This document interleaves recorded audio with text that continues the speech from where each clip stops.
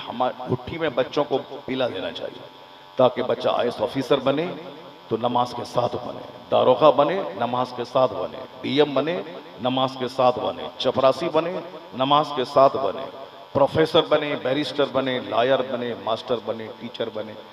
बगैर खाए हुए कोई टीचर नहीं बन सकता।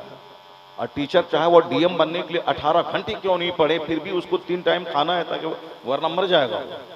तो जब इतना बड़ा प्लान है कि मुझको आईएएस निकालना है, 18 घंटे पढ़ना है, लेकिन जिंदा रहने के लिए खाना है, तो ठीक उसी तरह चाहे कोई भी काम हो, मुसलमान चाहे हल चलाए या 8 घंटे ईंट ढोए या उनका बच्चा स्कूल कॉलेज में 5 घंटे पढ़े, फिर अपने घर में आके 10 घंटा पढ़े, कोई भी काम हो, जिस तरह खाना बंद नहीं होता है उसी तरह 10 मिनट की नमाज भी बंद नहीं होनी चाहिए। बेशक। क्योंकि खाए बगैर जिंदा रहना मुश्किल है, उसी तरह नमाज के बगैर मुसलमान रहना मुश्किल है। क्योंकि ये बात तो हमको मालूम है कि नहीं खाएंगे तो मर जाएंगे, लेकिन ये बात मालूम नहीं है कि नमाज नहीं पढ़ेंगे तो हम मुसलमान नहीं रहेंगे। ये बात हमारी घुट्टी में माँ बाप नहीं पिलाते, जबकि हुजूर ने साफ लफ्जों में कह दिया है बैनल अब्द वल कुफ्र तर्कुस सलाह। ये मुस्लिम शरीफ, बुखारी शरीफ, मुस्लिम शरीफ कुरान के बाद सबसे मजबूत किताब उस किताब में आया है। एक मोमिन और काफिर के दरमियान जो चीज फर्क पैदा करती है वो ये नमाज है। नमाज का तर्क करने वाला वो हालत कुफ्र में है और नमाज पढ़ने वाला मोमिन है। ये पहले इसकी पहचान समझते थे, पहले ही नमाज फर्ज समझने वाला नमाज ना पढ़े तो चूंकि 4 इमाम है, इमाम आजम अबू हनीफा के नजदीक फर्ज जब तक समझता है तब तक वो मुसलमान है, नहीं पढ़ता है गुनाह है कबीरा कर दे, जैसे शराब पीना हराम, ज़िना करना हराम, सूद खाना हराम, उससे बड़ा गुनाह है नमाज छोड़ना। नमाज 5 वक्त की नमाज छोड़ना हराम, बड़ा हराम है, क्योंकि नमाज पढ़ना सबसे बड़ा रुक्न है, सबसे बड़ा पिलर है। नमाज पढ़ना सबसे बड़ा फर्ज है, इसे नमाज छोड़ना भी सबसे बड़ा गुनाह है, क्योंकि हमारे यहाँ इसकी तरबियत ही नहीं होती। जबकि हुजूर ने कहा है कि तेरे बच्चे जब 7 साल के हो जाएं उसे नमाज का आदेश दे, जब बच्चा 10 साल का हो जाए नमाज ना पढ़े उसे मार के नमाजी बना दे, और जब नमाजी बन जाए उसका बिस्तर अलग कर दे, जब बच्चे जवान हो जाए उसकी शादी का इंतजाम कर दे। यानी उसको बच्चे को बेलगाम नहीं छोड़ना है। 7 साल की उम्र से उसको खुदा रुखी जिंदगी, गॉड ओरिएंटेड लाइफ गुजारने का हमेशा उसको ताकीद करते रहना है। ये इंसान हर वक्त मौत के झोंके में है। ये बात एक बाप को अपने बच्चों को बताना पड़ेगा कि मेरे लाल तुझको आईएएस ऑफिसर बनना है, बैरिस्टर बनना है, ऑक्सफोर्ड जाना है, कैम्ब्रिज जाना है, सब कुछ करना है, मगर ये जिंदगी अनसर्टेन है। इतना हमेशा याद रख लेना कि किसी भी लम्हे, किसी भी वक्त इस फानी जिंदगी का खात्मा हो जाना। डीएम बनना अपनी जगह रहेगा और उससे पहले ही तुम मर जाओगे और उस दुनिया में पहुंच जाओगे जिस दुनिया फानी नहीं है, जो दुनिया हमेशा बाकी रहने वाली है, और जहां का एक दिन दुनियावी काउंटिंग के हिसाब से 50,000 साल का एक दिन होगा। ये सारी बातें बुनियादी सबक है जो हर बाप को अपनी औलाद को बता देना चाहिए, ताकि वो डीएम बनने के शौक में अपनी आखिरत में आग न लगा दे, नेता बनने के शौक में अपनी जन्नत में आग न लगा दे, जमींदार लैंडलॉर्ड कैपिटलिस्ट बनने के शौक में अपनी कब्र के 99 अजदहा सांप को भूल न जाए। और ऐसा नहीं कि ये मौलवी लोगों के बकवास है, मौलवी लोगों के का ऐसे ड्रामा है, नहीं, मौत तो आनी ही है, चाहे वो मौलवियों के बकवास तुम कह दो, चाहे फैक्ट कह दो। ऐसा नहीं है कि हम इस बात को तू बकवास कहेगा तो मरने से बच जाएगा, ऐसा नहीं है। दूसरी चीजों के बारे में भले ही तुम मौलवी साहब को ठग लो, अलग बात है, लेकिन इस मैटर में तो नहीं ठग पाओगे, क्योंकि अगर बोलो कि मरना है तो भी ठीक है, अगर ये बोलो कि मौलवी साहब लोग झूठ बोलता है तो भी मरना ही है, इसमें छुटकारा नहीं है कि हमको झुठला दोगे तो मौत नहीं आएगी, ऐसा नहीं है। चाहे 90 साल में आए, चाहे 9 दिन के बाद आए, अब फिर जो अल्लाह हमें हर वक्त मौत दे सकता है, और मौत का कोई वक्त मुतय्यन मेरे लिए, मेरी निगाह में नहीं कि 10 दिन के बाद मैं मरूंगा, वो अल्लाह ही जानता है। जो अल्लाह हमारी जिंदगी को देकर मौत मेरे पीछे लगा दिया है, वो अल्लाह दोबारा हमें जिंदा करके जिंदगी के सारे स्याह सफेद को पूछने का मालिक भी वो अल्लाह है, पूछने पर कादिर है। ये है बेसिक बात है, ये है फंडामेंटल बुनियादी इस्लाम की बात है। पहले माँ बाप अपने बच्चों को ही सारी बातें सिखाते थे, और आजकल चूंकि खाने पीने पहने वही गैर जरूरी बातें, उससे फुर्सत ही नहीं है। फिल्म की बातें, क्रिकेट की बातें, फुटबॉल की बातें, राजनीति की बातें, पॉलिटिक्स की बातें, सारी बातें हैं, लेकिन जो बुनियादी बात है वही बात नहीं है। नहीं देखा आपने रईसी साहब का निधन कैसे हो गया, जो एक जबरदस्त नेता था। अब ये देश हमको बहस नहीं है, मगर एक नेता जबरदस्त था, और साहब इसराइल का वजूद उससे थर्राता था। अमेरिका को 24 घंटे सर में दर्द उसकी वजह से रहता था। वो भी नहीं सोचा होगा कि हम कल शाम में इस दुनिया से चले जाएंगे, लेकिन वो चला गया। इतना बड़ा मजबूत नेता हिंदुस्तान। और एक बार मैंने तकरीर भी की थी आज से कई साल पहले, कि जो लोग ये कहते हैं कि साहब हम हमेशा रहेंगे, वो तो घास को सोना समझे हुए। उसे मालूम नहीं कि हिंदुस्तान का पहला प्रधानमंत्री पंडित जवाहरलाल नेहरू कहाँ चले गए, दूसरा नेता प्रधानमंत्री गुलजारी लाल नंदा कहाँ चले गए, तीसरा मोरारजी देसाई कहाँ चले गए, इंदिरा गांधी कहाँ चली गई, उसके बाद जो लोग आए वो लोग कहाँ चले गए, अटल जी कहाँ गए, नरसिम्हा राव कहाँ गए, चंद्रशेखर कहाँ गए, ये पीवी नरसिम्हा राव कहाँ गए। ये सारे वह लोग तो जो हिंदुस्तान की सबसे बड़ी कुर्सी पर बैठे हुए थे, लेकिन सब आए अपने अंजाम को पहुंच गए। यहाँ तो 5 साल प्रधानमंत्री रहे, मगर अब जो कब्र में वहां हो रहा है उसका क्या होगा। कयामत के दिन जहां का एक दिन 50,000 साल का होगा, वहां क्या होगा। इसलिए बुनियाद से इस्लाम बहस करता है, चाहे 1000 बीघा जमीन क्यों न जोतो, चाहे 50 सोने का कमरा क्यों न बना लो, चाहे 50 खरब रुपए का मॉल क्यों न खोल दो, ये अपनी जगह फैक्ट है कि तुम्हें दुनिया छोड़ के जाना है। जब दुनिया छोड़ के जाना है तो अक्लमंद है वो जो इस दुनिया के बारे में कम मेहनत करे, जहां 70 साल 80 साल ही रहना है, जो 1 सेकंड के बराबर है, और जहां सदा रहना है, अक्लमंदी का तकाजा है इस दुनिया के लिए मेहनत कम हो, और जहां सदा रहना हो उसके लिए मेहनत ज्यादा हो। हाय हाय हाय, सुभान अल्लाह, सुभान अक्लमंदी का ही तकाजा है। मेरा बच्चा मेहनत किया, वो डीएम बन गया, हर महीने 5 लाख रुपए महीना कमाता है, ठीक है, 62 साल तक नौकरी की, उसके बाद रिटायर कर गया, अब पेंशन भी नहीं है। अब वो जिंदगी उसकी 90 साल तक है। 62 साल के रिटायरमेंट के बाद उसको और जाके 70, 80, 90, उनको 30 साल जिंदा रहना है। और किस हाल में रहना है कि आंख को बदलना है, नाक को और दांत को बदलना है, और साफ घुटने और टखने के दर्द को झेलना है, न 1 दर्जन बीमारी में मरना है। हिंदुस्तान में अभी 15 करोड़ लोग हैं जो शुगर से पीड़ित हैं, 15 करोड़ लोग। हिंदुस्तान की आबादी है 130 करोड़, तो अब 130 करोड़ में 15 करोड़ लोग शुगर से पीड़ित है, यानी हर 10-12 आदमी के बाद 1 आदमी को शुगर है। शुगर का मतलब है कि अब वो थोड़ा सा अगर परहेज नहीं करे तो कैंसर से ज्यादा खतरनाक है ये मर्ज। जो शुगर जो आदमी की आंख लेता है, आदमी के खून को लेता है, आदमी के सेक्सुअल पावर को लेता है, आदमी के ब्रेन को लेता है, यानी सारे पार्ट्स पे अटैक करता है। किडनी डैमेज करता है, लीवर डैमेज करता है, सबको डैमेज कर देता है। और हर 10 आदमी के बाद 1 आदमी को इंडिया में शुगर है। अक्लमंदी का तकाजा यह है कि इस मर्ज को देखकर बंदा अपनी सेहत की कद्र करे। तो हो सकता है कल मुझे शुगर हुआ और फालिजदा हम हुए, तो ये जो तमन्ना कर रहे हैं कि बुढ़ापे में नेक बन जाएंगे, बुढ़ापे में नमाज पढ़ लेंगे, ये शुगर बुढ़ापे से पहले बूढ़ा बना देगा, बुढ़ापे से पहले मौत की आगोश में पहुंचा देगा। इसलिए जो वक्त मिला है, चाहे 18 साल का, 16 साल का, 17 साल का, 20 साल का, इस वक्त को गनीमत समझकर बंदा इबादत में लगा दे, सच्ची तौबा करे, नमाजों का पाबंद हो जाए। उसके बाद फिर वो मेहनत से पढ़े लिखे डीएम बने, आईएएस ऑफिसर बने, बैरिस्टर बने, सब बने, लेकिन सबसे पहले मरने के बाद जन्नत जाने का सामान कर ले, ताकि कॉलेज में भी मरे तो कोई टेंशन ना हो, या 90 साल के बुढ़ापे में भी मरे तो कोई टेंशन ना हो। इतना जरूर है कि दुनिया में रोजी सबको मिल जाएगी, जन्नत सबको नहीं मिलेगी। रोजी सबके लिए है, जन्नत करोड़ों में किसी किसी के लिए है। इसलिए अक्लमंद है वो जो दुनिया की रोजी से ज्यादा अपनी जन्नत के लिए फिक्रमंद हो जाए। क्योंकि जो चीजें सबको मिलने वाली हैं उसके लिए क्या चिंता करना है। रोजी सबको मिलेगी, जन्नत सबको नहीं मिलेगी।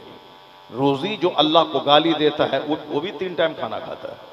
जो इस्लाम को नहीं मानता है, यहूदी जो सबसे जलील और बदतरीन कौम है दुनिया की, वो हमसे ज्यादा अच्छा खाना खाता है, हमसे ज्यादा दौलत उसके पास है। हिंदुस्तान के मुशरिक जो 50,000 खुदाओं की पूजा करता है, कभी नाली, कभी नाला, कभी तालाब, कभी सूरज, कभी चांद, कभी झाड़, कभी पौधा, कभी दरख्त, कभी झाड़, कभी बिल्ली, कभी चमगादड़, कभी भैंस, कभी बैल, कभी सांप।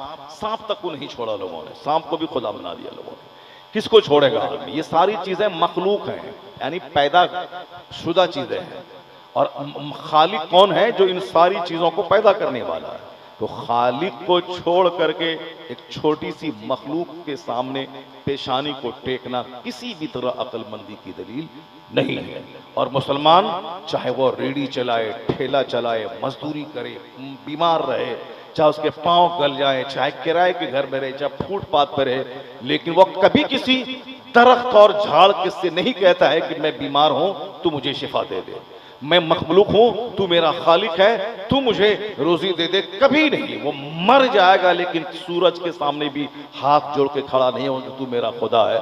न चांद के सामने, न किसी राजा के बेटे के सामने, न दुनिया के किसी बड़े उद्योगपति के सामने, वो अपनी पेशानी खुदा के सामने झुका देता है, कहता है मालिक मैं बंदा हूं, तू मेरा खुदा है, मैं कमजोर हूं, तू ताकतवर है, मैं बीमार हूं, तू शिफा देने वाला है, मैं भूखा हूं, तू मुझे खाना खिलाने वाला है। तो एक रब को सजदा किया, बाकी दुनिया की सारी चीजों के सामने जलील होने से अल्लाह ने उसको बचा लिया। वाह सुभान अल्लाह, अल्लाहु अकबर, अल्लाहु अकबर, अल्लाहु अकबर, अल्लाहु अकबर, या रसूल अल्लाह, जिंदाबाद जिंदाबाद। आग लगेगी बदन में मरने के बाद, लेकिन दुनिया में अल्लाह ने जलील कर दिया उसे। जो एक खुदा को नहीं मानेगा, अल्लाह ने इस दुनिया में उसे जलील करके 1000-1,00,000 चीजों के सामने झुकने पर मजबूर कर दिया। इसीलिए कभी नदी के सामने, कभी उगते सूरज के सामने, कभी डूबते सूरज के सामने, कभी नाला के सामने। अभी एक इंटरव्यू सुना मैं हिंदुस्तान के बहुत बड़े आदमी का, वो कह रहा था हिंदुस्तान के 130 करोड़ लोग ये मेरा भगवान है। माज़अल्लाह, 1000 बार माज़अल्लाह। ये लोग जो वोट देने वाला है, जो उनको हाकिम बनाने वाला है, अब नहीं कुछ मिला तो उसी को भगवान कह दिया, ये मेरा खुदा है। 130 करोड़ यानी हिंदुस्तान की जो पब्लिक है वो मेरा खुदा है। माज़अल्लाह, 1000 बार बोलो। तुम चमार को और मुसहर को, संथाल को, झांगड़ को, सबको बोलिए मेरा खुदा है। मोमिन चाहे गर्दन पे तलवार कोई रख दे और उसको बोले कि तुम चूंटी को खुदा कहो, ये बोलेगा मार दे, एक खुदा के अलावा मैं दूसरे को खुदा नहीं कह सकता। और अगर मैं इस राह में मर गया तो याद रखना मैं शहादत की आला मौत मर गया। तो इसलिए अपने बच्चों को डीएम बनाने से पहले मोमिन बना दीजिए। और यही शान जो 1400 साल की हमारी है। अब ऐसा नहीं कि ये झूठा बोलता है कि मुसलमान गरीब है, कंगाल है, तेरे मुंह में कीड़ा फर जाएगा। कौन बोला मुसलमान गरीब है? कौन बोला मुसलमान गरीब? मुसलमानों के पास अभी जो 50 से ज्यादा ममालिक हैं, उसमें से 25 से ज्यादा ममालिक वो गल्फ के हैं, और जहां जमीन सोना उगल रही है। एक वहां अरब ममालिक के गरीब आदमी का घर देखे हिंदुस्तान के खरबपति का घर वैसा नहीं होगा। वहां जमीन सोना उगल रही, पेट्रोल और डीजल का कुआं है। ईरान से लेकर के सऊदी अरबिया, तमाम ममालिक, बहरीन, अम्माम, कतर ले लीजिए, दुनिया का सबसे मालदार तरीन मुल्क कतर है। बरूनी पहले था, अभी कतर की दौलतें इस कदर हैं। हमारा एक कुवैत का 1 रुपया हमारे हिंदुस्तान का 200 से ज्यादा रुपया बन जाता है। जॉर्डन का 1 दिनार हिंदुस्तान का 250 या 270 रुपये बन जाता है। वहाँ का 1 टका यहाँ का 270 टका बन जाता है। इतनी दौलतें उनके पास है। हिंदुस्तान में भी अल्हम्दुलिल्लाह आज से 50 साल पहले जब लोग कम कमाते थे, गुर्बत थी, और आज तो सबके घर में वॉशिंग मशीन है, कूलर है, एसी लगी हुई है। साहब क्या है कि सबके घर में सोफा है। पहले तो 50 गांव में एक आदमी के घर में राजदूत मिलता था, लेकिन अभी तो हर दरवाजे पर बुलेट है, कार है, स्कॉर्पियो एन है, स्कॉर्पियो 11 है, इनोवा है, और साहब फॉर्चूनर है। बिहार के लोगों को पहले गुजरात के लोग गरीब समझते थे। अब मैं बोलता हूँ गुजरात से ही आ रहा हूँ। मैंने गुजरात में तकरीर की, मैंने वहाँ कहा कि बिहार को पहले मतलब मजदूर लोग हैं, भले ही बिहार में समंदर नहीं है, वहाँ फैक्ट्रीज नहीं है बड़ी बड़ी, इसीलिए बिहारी तुम्हारे यहाँ आकर काम करते हैं। अलबत्ता इतना याद रखना कि अब बिहार के देहातों में फॉर्चूनर दौड़ रही है। वहाँ फॉर्चूनर वहाँ के देहातों में दौड़ रही। इनोवा क्रिस्टा जो तुम्हारे यहाँ नहीं है, वहाँ इनोवा क्रिस्टा पे लोग चलते हैं। जमींदार लोग थे, 100 बीघा जमीन है, 1 बीघा जमीन बेचता है तो 50 लाख रुपए होते हैं। वो खेती बाड़ी की जमीन 50 लाख में फॉर्चूनर खरीद रहा है। मेरे गांव के बगल में एक गांव है जो शहर से रिलेटेड, शहर बढ़ते बढ़ते वो गांव शहर में आ गया। अब वो शहर में आया, सबके दरवाजे पर वो ब्लैक कलर की स्कॉर्पियो खड़ी रहती है, यानी 20-20 लाख, 25-25 लाख की। क्यों? एक कट्ठा जमीन बेचता है 25 लाख रुपए, आधा कट्ठा बेचता है, मेन रोड पे है तो 50 लाख रुपए। अब 50 लाख में जमीन, आधा कट्ठा जमीन बेचा, अब आधे 25 लाख की गाड़ी खरीद ली, अब 25 लाख रुपए पॉकेट में लेकर के अपना आराम से घूमता है, अपना कोई काम धाम कुछ नहीं है, बस गाड़ी है, मकान बना लिया, गाड़ी खड़ी है। तो अब बताइए कि 50 साल पहले आप ईद की नमाज पढ़ने जाते थे, आपके पाँव में चप्पल नहीं होती थी, उस चप्पल को टाक के आप जाते थे। 50 साल पहले आप ईद के दिन नमाज ताखीर से पढ़ते थे, क्योंकि तौलिया को आप धोते थे सुखा के, तब उसको लेके जाते थे। बहुत सारे गरीब थे कि कपड़ा धो करके ईद की सुबह को फिर सुखा के प्रेस करके उसी को पहन के तब ईदगाह जाते थे। आज अल्हम्दुलिल्लाह आज एक एक दर्जन लोगों के पास कपड़े हैं, एक एक दर्जन जूते हैं, एक एक दर्जन टोपियां हैं। ये खुशहाली है, इसलिए कभी मत बोलना कि मुसलमान गरीब है। मुसलमान माशी तौर पर मजबूत है, इसके पास बहुत पैसे हैं। पहले तो इसको चावल नहीं मिलता था, आज से 30 साल पहले खाने के लिए हफ्ता में एक दिन भात खाता था और उसकी ईद बन जाती थी। पहले मड़वा की रोटी लोग खाते थे, कौनी की रोटी लोग खाते थे, मकई की रोटी लोग खाते थे। ये मकई जो आज अमेरिका के कुत्तों की खुराक है, और मकई से जो मेडिसिन तैयार हो रही है, और ये मकई को हम लोग खाते थे बचपन में, उसकी मोटी मोटी रोटी खाते थे।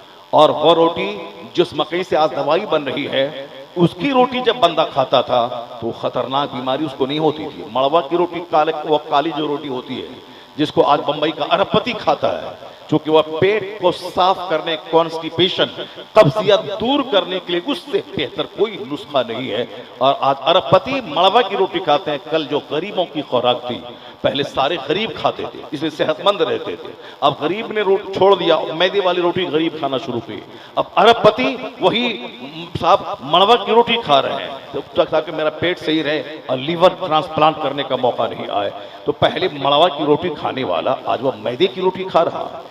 पहले साहब तख्त पे सोने वाला आज गद्दे पे सो रहा है। एक चप्पल को सी के पहनने वाला आज एक एक दर्जन चप्पल रख रहा है। तो माल कम नहीं है। अलबत्ता अब रही बात कि हम स्विफ्ट, पहले मेरा बाप पैदल चलता था, आज मेरे पास स्विफ्ट है, तो अल्लाह का शुक्र अदा करना चाहिए कि अल्लाह का करोड़ों एहसान है कि मेरा बाप पैदल चल के रेलवे स्टेशन जाता था, अब हमारे पास स्विफ्ट है। अल्लाह का करोड़ों एहसान कि मैं आग पे भी सजदा करूं।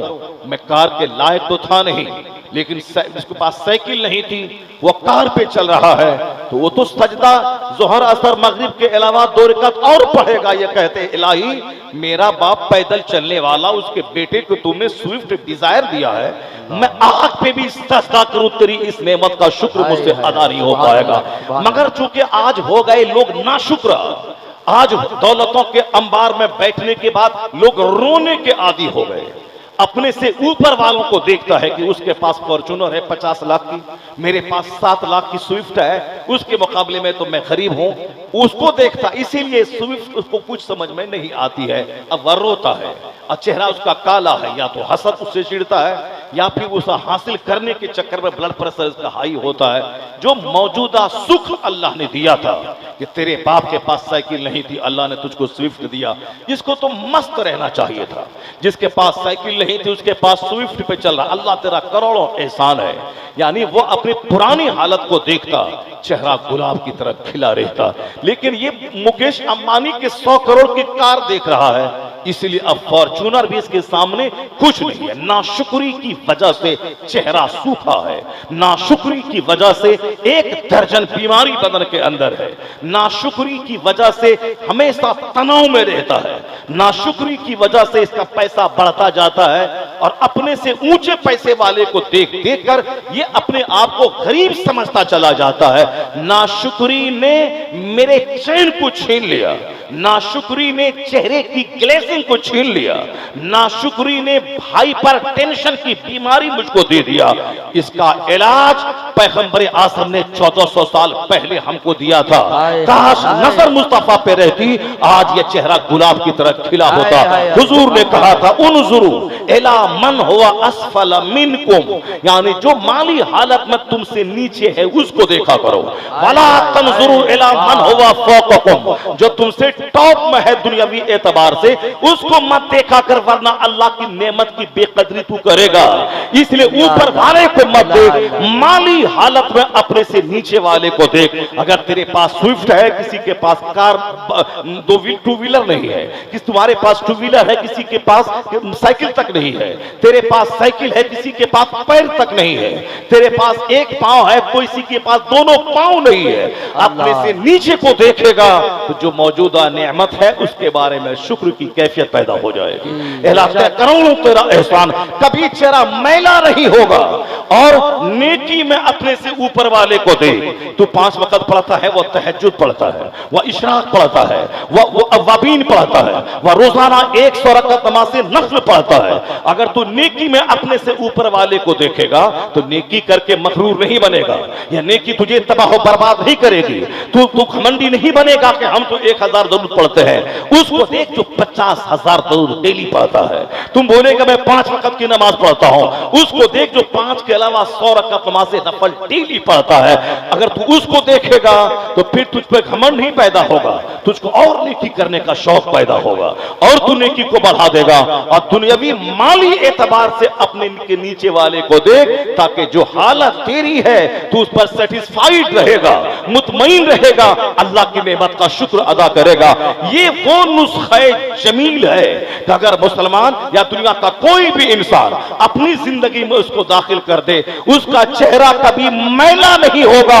जब तक दुनिया में रहेगा चेहरा गुलाब की तरह खिलता। नारे तकबीर, नारे रिसालत, फैजाने मखदूम बिहारी, फैजाने सरकार सुरकाही, अजीजुल औलिया कॉन्फ्रेंस।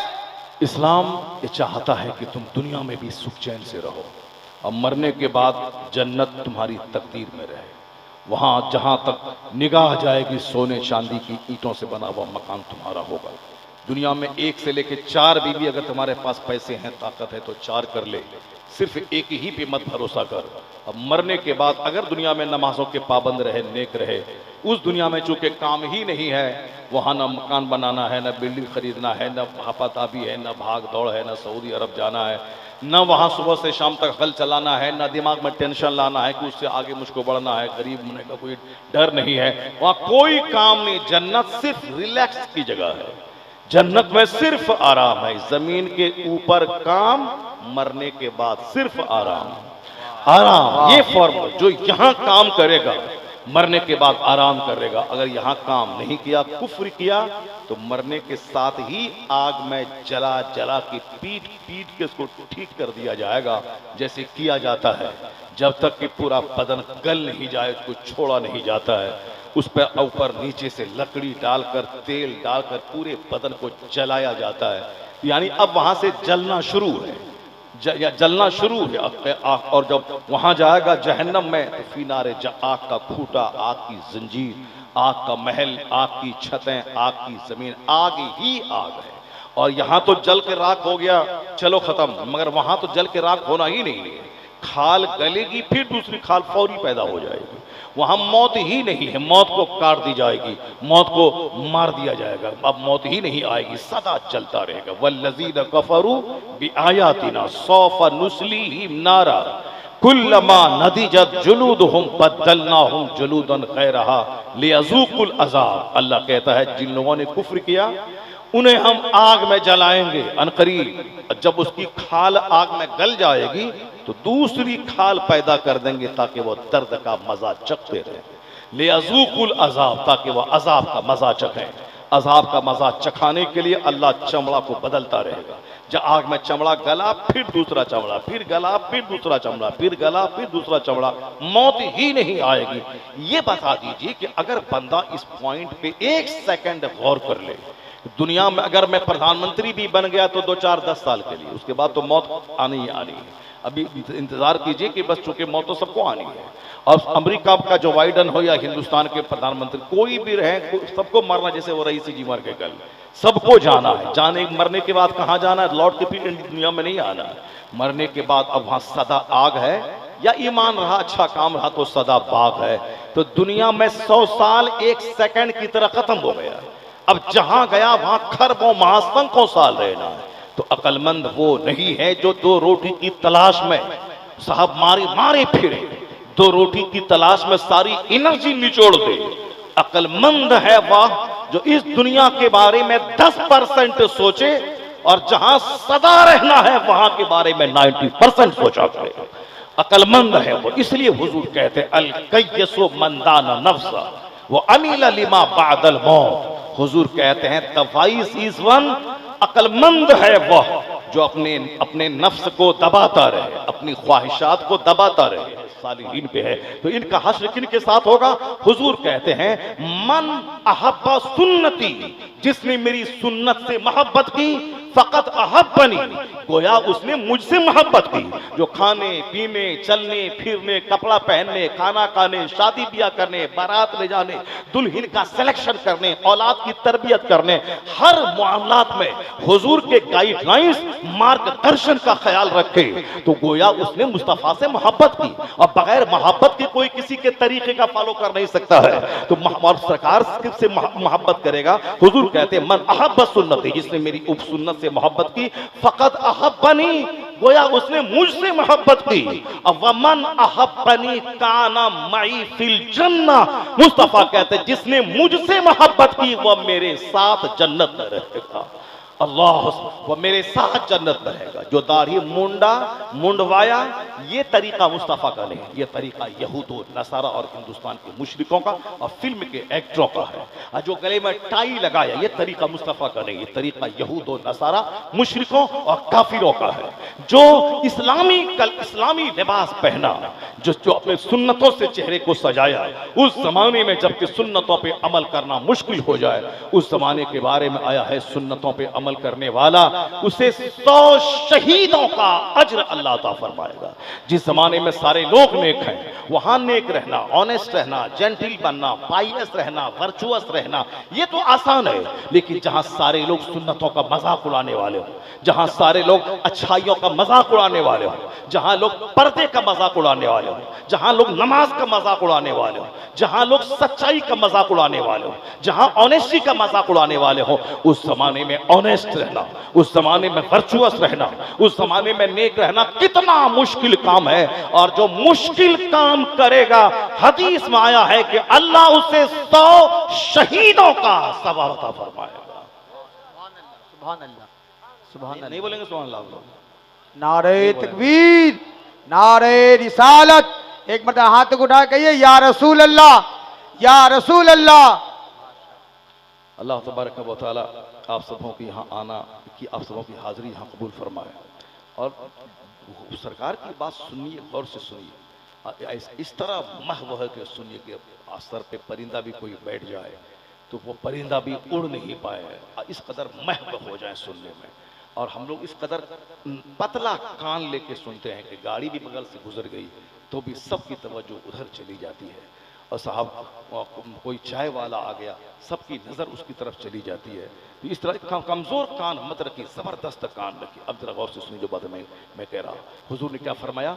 अल कय्यसु मन दाना नफ्सा, अक्लमंद है वह जो अपने नफ्स को दबाता हो और मरने के बाद का काम करता हो। और हुजूर कहते हैं वल आजिज़ु मन अतबा नफ्सहु हवाहा व तमन्ना अल्लाह।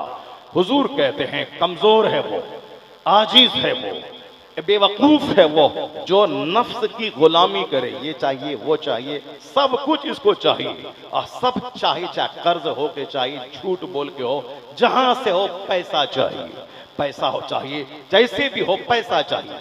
सिर्फ एक ही मोटो, एक ही प्रोग्राम सबका है, वरना आदमी क्यों मारे मारे घूमेगा एक वार्ड काउंसिल कमिश्नर बनने के लिए, एक प्रधान बनने के लिए, एक मुखिया बनने के लिए, सरपंच बनने के लिए।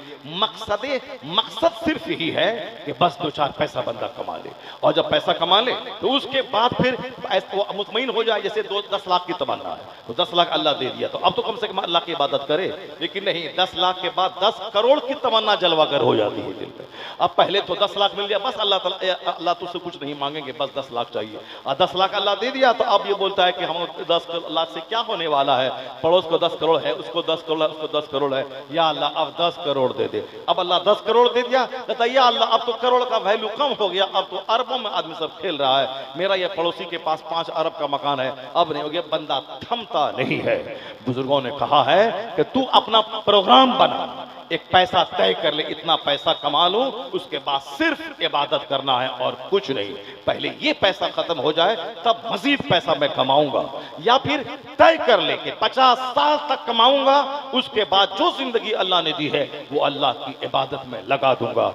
न तुम उम्र तय कर रहा है और न तुम पैसा तय कर रहा है। उम्र हो गई 90 साल फिर भी जीने की हवस है, उम्र हो गई 80 साल फिर भी पैसों की हवस है। बुढ़ापे में क्या हवस है जबकि सारे बेटे काम पे लग गए, मगर फिर भी उसको हवस है। बुढ़ापे में जवानी से ज्यादा पैसों की चाहत बूढ़े को होती है। हुजूर फरमाते हैं कि बूढ़ा तो हो जाता है, लेकिन 2 चीजें जवान हो जाती हैं उसकी।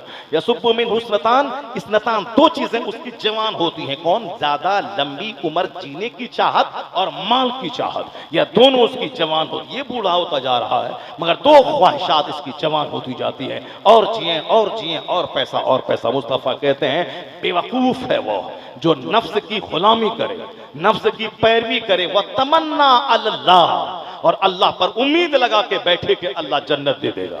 अल्लाह माफ, काम शैतान की पसंद का और तमन्ना कि अल्लाह मुझको जन्नत दे देगा, काम सारा शैतान की पैरवी का, और तमन्ना है कि रहमान मुझे बख्श देगा। मुस्तफा कहते हैं वो बेवकूफ है जो तमन्ना जो पैरवी करे शैतान की और उम्मीद लगा के बैठे कि अल्लाह माफ कर देगा। वह तमन्ना अल्लाह, और उम्मीद लगा बैठे अल्लाह ताला माफ कर देगा।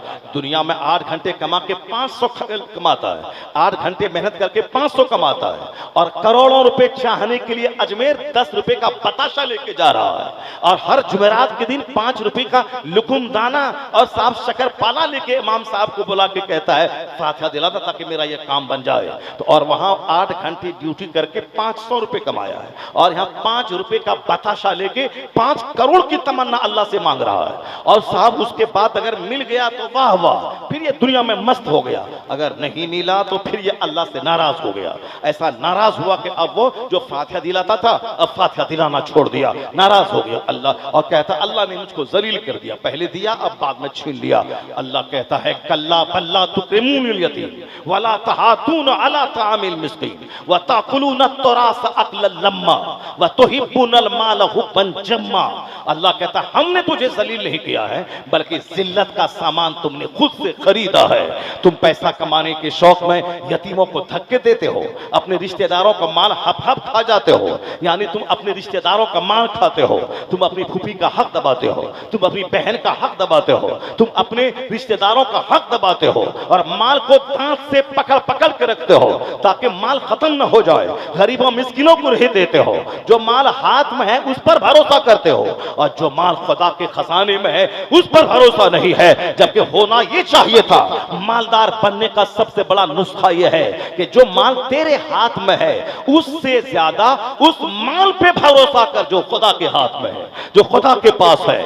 ये तू दांत से पकड़ पकड़ के रखते हो क्या, वरना कल भूखा बीमार पड़ जाएंगे, कल भूखा रहेंगे तो पैसा कहां से लाएंगे। जो अल्लाह आज दिया है ये भरोसा करके वही अल्लाह कल भी देगा, तो अल्लाह वहां से देगा जहां से तुम सोच नहीं पाएगा। मुस्तफा कहते हैं लौ अन्नकुम ततवक्कलून अलल्लाह, अगर तुम अल्लाह पर भरोसा करो, लौ अन्नकुम तवक्कलून अलल्लाह लरुज़िक़तुम, तो अल्लाह तुम्हें ऐसी रोजी देगा जिस तरह अल्लाह परिंदों को रोजी देता है कि परिंदा सुबह सवेरे घोंसले से भूखा निकलता है और शाम भर पेट वापस आता है। परिंदे को निकलते वक्त पता भी नहीं होता कि आज मैं कहां चरूंगा, कहां खाऊंगा, लेकिन वापस भर पेट आता है। अगर तुमने अल्लाह पर उसी तरह का मजबूत भरोसा रखा, हराम काम को टच नहीं किया, अपने हाथ के पैसे से ज्यादा अल्लाह के पास जो खजाना है उस पर भरोसा किया, अल्लाह की मर्जी के मुताबिक तुम काम करते रहे, रोजी के का ज्यादा टेंशन नहीं लिया, तो मुस्तफा कहते हैं अल्लाह तुम्हें वहां से रोजी देगा जहां तेरा वहमो गुमान तक नहीं जाएगा।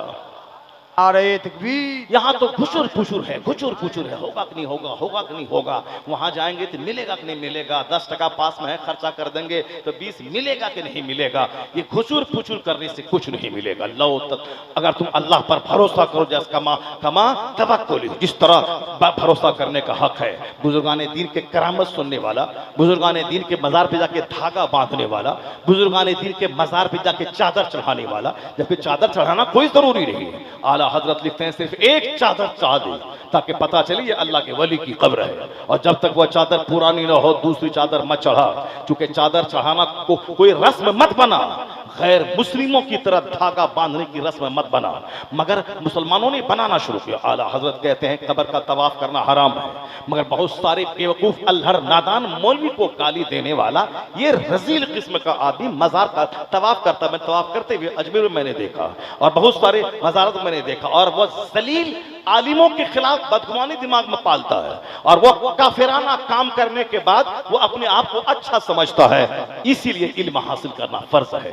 तलबुल इल्म फरीज़तुन अला कुल्ले मुस्लिम, हर मुसलमान पे इल्म दीन का हासिल करना फर्ज है, मर्द औरत पर। इसीलिए कि बगैर इल्म की रोशनी के ना खुदा को पहचान पाएगा, ना अपने आप को पहचान पाएगा, ना दुनिया में खुशहाल रह पाएगा, ना मरने के बाद खुशहाल रह पाएगा। दोनों जहान की खुशहाली नॉलेज और विजडम में पिन्हा है। दुनिया में जो जितना ज्यादा हाई फाई नॉलेज रखता है, जो बहुत ज्यादा मेहनतें करता है, वह टीचर बनेगा चपरासी नहीं, वह लॉयर बनेगा चपरासी नहीं, वो आईएएस ऑफिसर बनेगा चपरासी नहीं। इसी मुजफ्फरपुर का एक छप्पर के नीचे रहने वाला एक लड़का इतनी मेहनतें किया कि हिंदुस्तान के 500 डीएम का बच्चा आईएएस नहीं निकाल पाया, मगर ये छप्पर के घास के नीचे रहने वाला, जिसकी मां भैंस का दूध बेच करके अपने बच्चों को पढ़ाती थी, आज वो हिंदुस्तान में आईएएस ऑफिसर बन रहा है। एक मुसलमान की बेटी जो जिनका बाप एक मामूली सा कलर का है, उसकी बेटी अभी 9वां रैंक लाई नौशीन गोरखपुर में। मैं अभी 2 दिन पहले उसी के घर के बाजू से गुजरा था, बस इसी मेडिकल कॉलेज के सामने इसका घर है, जो 9वां रैंक जो लाई है। एक मामूली साहब कलर की बेटी, मामूली छोटा सा इंजीनियर जिसका बाप है, उन्होंने इतनी जबरदस्त कामयाबी हासिल की। उनका जवाब था कि शादी बिया अकीका खतना यहाँ वहां इन सारी रस्मों में जाना मैंने छोड़ दिया, मैंने पूरी तवज्जो सारा फोकस मैंने किताब और स्टडी पे कर दिया। अब दुनिया भर की सारी बातों को याद रखना, और साहब हिस्ट्री हो, फिजिक्स हो, केमिस्ट्री हो, बायोलॉजी हो, और साहब जीके हो, लिटरेचर हो, और फिर जीएस हो, जनरल साइंस, जनरल नॉलेज, दुनिया भर के करंट अफेयर्स, सारी बातों को दिमाग में स्टोर रखना। जिसकी स्टडी फास्ट हो, जो 18 घंटे किताब को टाइम देता हो, वही इतना बड़ा कंपटीशन निकाल पाएगा। तो दुनिया में इज्जत से रहने के लिए भी इल्म जरूरी है, और सजदा कबूल होगा मस्जिद में, उसके लिए भी इल्म जरूरी है। अगर कोई सुभान रब्बियल आला बोला नमाज नहीं होगी, जो अगर नमाज में किसी की 5 उंगली का पेट जमीन से नहीं लगा रहा, कानून के एतबार से नमाज नहीं होगी, तो नमाजी जन्नती, चेहरे पर नूर, और उसके लिए इल्म जरूरी है ताकि नमाज तबाही से बच जाए, ताकि रोजा बर्बाद होने से बच जाए। और जो हज को जाता है इहराम के लिबास पहन के निकला, लब्बैक बोला, फरिश्ता बोलता ला लब्बैक वला सादैक, कोई लब्बैक कबूल नहीं है, तेरा हज तेरे चेहरे पे मार दिया गया। वह जो नामो नमूद के लिए हज करता हो, जन्नत मिले ना मिले, कम से कम दुनिया में 2-4-10 गाड़ी आगे पीछे जाए, गले में हार और माला हो, और सारी दुनिया जान जाए कि 5 लाख मेरा खर्चा हुआ, तो कम से कम 5000 लोग जान जाए कि मैं हाजी हो गया। जन्नत मिलेगी कौन जान रहा है? जो इस नापाक इरादे से हज किया, उसके चेहरे पे हज मार दिया जाता है, ला लब्बैक वला सादैक, नहीं हज कबूल है, हाजिरी नहीं कबूल है, हज का मरदूदुन व ज़ादु का हराम, तेरा सफर का खर्चा हराम का है, तुमने झूठ बोल के पैसा कमाया है, दूसरों को दिल दुखा के पैसा कमाया है, तुमने माले हराम के जरिए तुमने पैसा कमाया है, और नीयत भी तेरी अच्छी नहीं है, तेरा हज तेरे चेहरे पे मार दिया गया। जो पाकीज़ा माल लेकर दुनिया जाने न जाने हज फर्ज है, मुझको जाना है, नमाज फर्ज है, मैं रोजाना 5 टाइम मस्जिद जाता हूं, कौन जुलूस है, कौन माला है, फर्ज है पढ़ना है, साल के 1 महीना रमजान का रोजा रखना है, कौन जुलूस है, कौन माला है, रोजा रखना फर्ज है, कर रहा हूं, ज़कात माल है, ज़कात निकाला 1 लाख में 2500 रुपए, 1 करोड़ में 2.5 लाख ज़कात निकाला तो कौन नगाड़ा पीटा और ढोल बजाया और डीजे बजाया कि हमने 2.5 लाख ज़कात में निकाल दिया? फर्ज थी, ज़कात फर्ज थी, हमने निकाल दिया। उसी तरह हज फर्ज है, हज फर्ज फौरी बगैर ताखीर के, बेटी की शादी, बेटा की शादी, घर मकान मॉल पढ़ाई लिखाई कुछ नहीं, हज फर्ज हुआ, फौरी हज को जाओ। और हज करने के बाद सारे दरवाजे खुल जाएंगे, सारी आसानियां पैदा हो जाएंगी। पहली बार जब हज को गया लोग कहते थे माँ बाप को नहीं ले गया, लोग मजाक उड़ाते थे मेरा, मगर मैं खामोश रहा। और जब 1 साल के बाद जब माँ बाप को साथ लेके मैं तीनों आदमी गया तब सबकी जबान बंद हो गई। उसके बाद साहब जब दूसरी बार अपने भाई अपनी बीवी को लेके गया बस सब चारों शाने चित हो गया। पहले मेरे बाप से मोहब्बत उसको नहीं थी, सिर्फ चिड़ इसलिए थी कि जवानी में इतनी कम उम्र में ये हज कैसे कर लिया। ये तो बोलेगा नहीं, अब एक बहाना चाहिए तो बाप का बहाना लगाता था कि बाप माँ हज किया नहीं, अपना हज कर लिया। अगर माँ बाप पर हज फर्ज है तो माँ बाप करे, अगर औलाद पर हज फर्ज है तो औलाद पहले करे। औलाद के पास माल है, औलाद पे ज़कात फर्ज है, माँ बाप पे नहीं। अगर माँ बाप के पास माल है तो माँ बाप पे ज़कात फर्ज है, औलाद पे नहीं। अगर माँ बाप अरबपति हैं तो सदक़े फित्र उन पर वाजिब है, कुर्बानी उन पर वाजिब है। मैं उस अरबपति का बेटा हूं मगर मेरे नाम से कोई प्रॉपर्टी नहीं है तो हम फकीर हैं। अरबपति बाप का फकीर बेटा, हम पर सदक़े फित्र वाजिब नहीं है, हम पर कुर्बानी वाजिब नहीं है। इसलिए कहा गया है कि दुनिया में इज्जत पाने के लिए भी इल्म जरूरी है और जन्नत जाने के लिए भी इल्म जरूरी है। इल्म जरूरी है, इल्म जरूरी है। कोई बेटा जाहिल न रहे और कोई बेटी जाहिल न रहे। सिर्फ रस्मों रिवाज के पाबंद मत बन जा।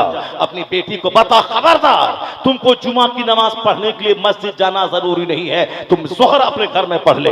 तुम्हारा पर्दे में रहना जुमा पढ़ने से ज्यादा जरूरी है। ईद बकरीद की नमाज मर्द पढ़ेंगे घर से बाहर, तुम्हारा पर्दे में रहना ईद बकरीद की नमाज से ज्यादा जरूरी है। जब ईद बकरीद नहीं पढ़ने के लिए औरत नहीं जाएगी, जुमा पढ़ने के लिए औरत नहीं जाएगी, तो मजार पे जाने के लिए किस इस्लाम ने औरतों को परमिशन दे दिया कि मजार पे ये औरतें जाए जब जुमा फर्ज नहीं है? इसीलिए ताकि वो पर्दे में रहे। ईदैन वाजिब नहीं है, इसीलिए ताकि वो पर्दे में रहे। तो जिस तरह हम पहले सुनते थे वो मंदिर में आई फला से मिलने के बहाने, तो वहां लव करना, अफेयर करना, वहां बलात्कार करना, वो सब एक आम माहौल है। लेकिन हमारे यहाँ वो सारा माहौल मस्जिद में तो नहीं है, चूंकि हम मर्द नमाज पढ़ते हैं, औरतें नहीं। तो अब हमारे यहाँ उसी माहौल ढूंढ लिया गया चोर दरवाजे से कि जो वहां मंदिर में होता है वही हमारे यहाँ अब मजार पे होगा, हमारे अब ताजिया के जुलूस के पीछे होगा। इसीलिए हमने अपनी बहन बेटियों और बीवियों को छोड़ दिया ताकि ताजिया के जुलूस में जाए, फिर वह जुलूस में जाने के बाद फिर वह अपनी चाहत के मुताबिक अजनबी मर्दों से बातें करे। मजार पे जाए, आज मजार पे जाके वहां से ज़ुहद लेना, तकवा लेना, उस अल्लाह के वली का खुदा की खातिर अपने वतन से बेवतन होना, रात रात भर तहज्जुद, रात इशा के वजू से फजर पढ़ना, उनका तकवा कोई नहीं लेता, उनका ज़ुहद कोई नहीं लेता।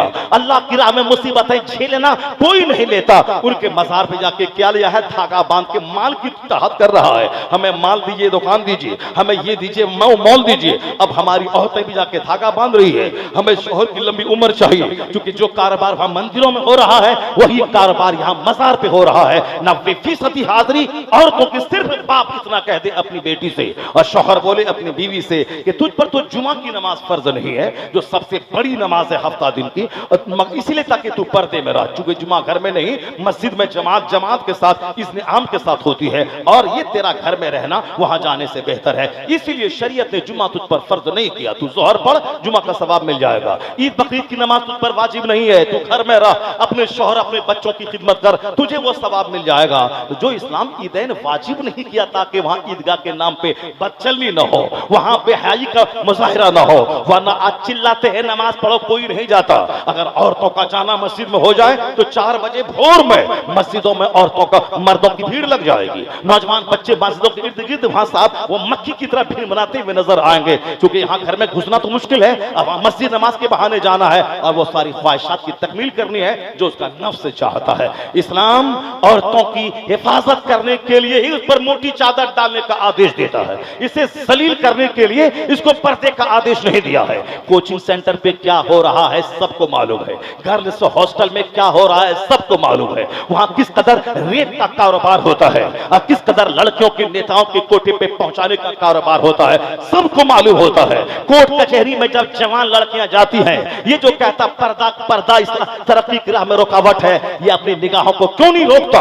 ये दरोगा है, पुलिस है, जज है, औरतों पे निगाहें गाड़ के जिसको देखता रहता है और फिर वो चाहता कि वो नीम बरहना हो जाए ताकि मैं निगाहों को देखता रहूं। एंटी नेचुरल काम कोई कर पाएगा? नहीं कर पाएगा। भूख लगेगी खाना चाहिए, प्यास लगेगी पानी चाहिए। उसी तरह मर्द और औरत में गहरा कनेक्शन है कि दोनों शादी करें, फिर वहां से बच्चा पैदा होगा। क्योंकि औलाद का सिलसिला औरत और मर्द के मिलने के बाद ही शुरू होता है। मैं नहीं पैदा होता अगर मेरे बाप शादी न करते, मेरा बाप ही पैदा होता अगर मेरे दादा शादी न करते। एक सिलसिला है कि मर्द औरत दोनों अलग अलग सिंफ है, दोनों शादी करें और फिर वहां से औलाद का सिलसिला शुरू हो। लेकिन यहाँ बेपर्दगी ने, बेढंगी ने और सिर्फ जदीद तालीम ने मर्द को मर्द से शादी करने का कानून बिल पास करवा दिया, औरत को औरत के साथ शादी करवाने का बिल पास करवा दिया गया। ये कौन सी तालीम है? ये कौन सा एजुकेशन है? एजुकेशन आदमी को डकैत बनाता है, एजुकेशन आदमी को बेहया बनाता है। ये तालीम जो दीन से हट के हो, जिनाकारी को फरोग देती है, चोरी डकैती को फरोग देती है, बैंक का लुटेरा बनाती है। नेता बनने के बाद देश को निचोड़ना, खजाना खाली कर देना, हजारों खतरनाक घोटाले में शरीक होकर गरीबों का खून चूसना। ये कौन सा ऑक्सफोर्ड का वकील है? या कौन सा लॉयर है? या कौन सा पढ़ा लिखा आदमी है? इसलिए इस्लाम कहता है कि पढ़ना फर्ज है, लेकिन कौन सी पढ़ाई? वो पढ़ाई जिससे अखलाक जुड़ा हुआ हो, जिस पढ़ाई से दीन जुड़ा हुआ हो, जिस पढ़ाई से मॉरलिटी जुड़ा हुआ हो, जिस पढ़ाई से हया जुड़ा हुआ हो। इसलिए इस्लाम ने इल्म की दो कैटेगरीज किया है। अल इल्म व इल्मान, इल्म दो है, एक इल्म नाफे, एक इल्म गैर नाफे। वह इल्म जो नफा दे वह इल्म है, जो आदमी को इल्म आदमी बना दे। वह इल्म जो अय्याश बना दे, वह इल्म जो डकैत बना दे, वह इल्म जो चोर बना दे, वह इल्म जो जिनाकार बना दे, वह इल्म जो फाहिशा बना दे, वह इल्म जो घर से बाहर निकाल कर दो चार मर्दों की गोद में झूलने वाला बना दे। नागपुर की मुसलमान की बेटी ऐश और आजादी के चक्कर में जबलपुर के ढाबा वाले गैर मुस्लिम से मोहब्बत की, उसने शादी की, उसके बदन के हुस्न को निचोड़ा। एक महीने के बाद उसे गला दबा के मार के जबलपुर के नहर में फेंक दिया। आफ्ताब पूना वाला एक लीन एंड थीन स्मार्ट खूबसूरत लड़की से गर्लफ्रेंड बनाया, उसके साथ कई महीने दिल्ली में गुजारा। और जब वह शादी के लिए दबाव बनाने लगी तो सोचा इस जिद्दी चुड़ैल को तो मैं इस्तेसाल कर ही लिया हूं, अब यह दुल्हन बन के सारी जिंदगी मेरी बीवी बन के कैसे रहेगी? चूंकि 6 महीने रखा, इसको जान गया उसकी सोच कैसी है, इसके पास जिद कितनी है, इसके साथ जिंदगी गुजारना बहुत मुश्किल है। मैं उसको अब निचोड़ ही चुका हूं, अब किसी दूसरे दुष्शिकार की तलाश करता हूं। और जब प्रेशर बनाया तो उसको काट काट करके 50 जंगल में 50 टुकड़े फेंक दिया। अभी 4 दिन पहले एक मुसलमान की बेटी ना सब्र करके एक गैर मुस्लिम के साथ भागी। 2 महीने के बाद बीच चौराहे पे फेंक के वो नौजवान जाता रहा। कई लाख मुसलमानों की बेटियां गैर मुस्लिमों के फंदे में आई। अब यहां से दुबई गई, वहां 6 महीना उसको रख के निचोड़ा, और फिर तवाइफ के कोठे पे बेच के होटल में उसका यार फिरार हुआ। अब वो घर नहीं आ सकती क्योंकि अब इज्जत को मिट्टी में मिलाया है, और वो सोचा तो वहां से बेच के भाग गया है। अब सारी जिंदगी घुट घुट कर जब तक जवान रहेगी उसी दूसरों का बिस्तर घर में करने में रह जाए, और बूढ़ी होगी तो दरगाहों पे बैठ के भीख मांगने में गुजारेगी। नहीं, अगर तुमने इसी तरह पढ़ाई का मफहूम समझा है कि मोबाइल के जरिए दूसरों से मुंह लगाना, व्हाट्सएप के जरिए दूसरों का चेहरा देखना, और फिर दिल लगाना, फिर घर से भाग करके अय्याशी करना, इस्लाम में बॉयफ्रेंड का कोई रिश्ता नहीं है, इस्लाम में गर्लफ्रेंड का कोई रिश्ता नहीं है। इस्लाम में मोहब्बत करना है तो माँ से कर, अपनी बहन से कर, अपनी बेटी से कर, अपनी बीवी से मोहब्बत कर। अजनबी यहाँ तो कोई किसी का मंगेतर हो, अगर किसी की मंगनी हो गई है तो शादी से पहले उसकी उंगली पकड़ना हराम है। उसकी उंगली में अंगूठी नहीं डाल सकता है लड़का, क्योंकि वह दोनों अजनबी है। दूसरों से पहनवा दे मगर खुद उसका उंगली ना पकड़े। यहाँ तो अभी रिश्ता लगा, उसके बाद फिर जाकर रात से फोन से बात हो रही है, ना मेरी बात कोई सुनता है, ना मेरे इमाम की बात सुनता है, बस सिर्फ मोबाइल की बात सुनता है। अब मोबाइल पे रात, अब तो मेरी बीवी होने वाली है, अब 1 घंटे तक बात है, रात में बात है, वीडियोग्राफी वीडियो कॉलिंग हो रही है। उसके बाद अगर ज्यादा आउट ऑफ कंट्रोल हुआ फिर फला होटल में आकर के खाना खाएंगे, खाना भी खाएंगे, 2-4 घंटे होटल में गुजारेंगे भी। ये बता दे कि शादी से पहले अपनी होने वाली बीवी कैसे तुमने जो हराम काम किया है, शादी के बाद वो पाक होगी, शादी के बाद का रिश्ता लीगल होगा, लेकिन शादी से पहले जो गर्लफ्रेंड के नाम पे वो रिश्ता हुआ वो इलीगल। तेरी बीवी भी जख्मी हुई, गुनाह तुझ करी, और तू भी गुनाह किया, और तुम भी जख्मी, वो भी जख्मी, और ये दोनों जख्मी जब शादी के बाद मिल जाएंगे, ये बता दे कि औलाद कैसी पैदा होगी। तो ये दोनों जख्मी है, या दोनों पाप में लीन है। और जब दोनों साहिब औलाद होंगी, औलाद क्या गुल खिलाएगी वो तो आने वाले दिन में पता चलेगा। अलबत्ता हम इतना ही जानते हैं,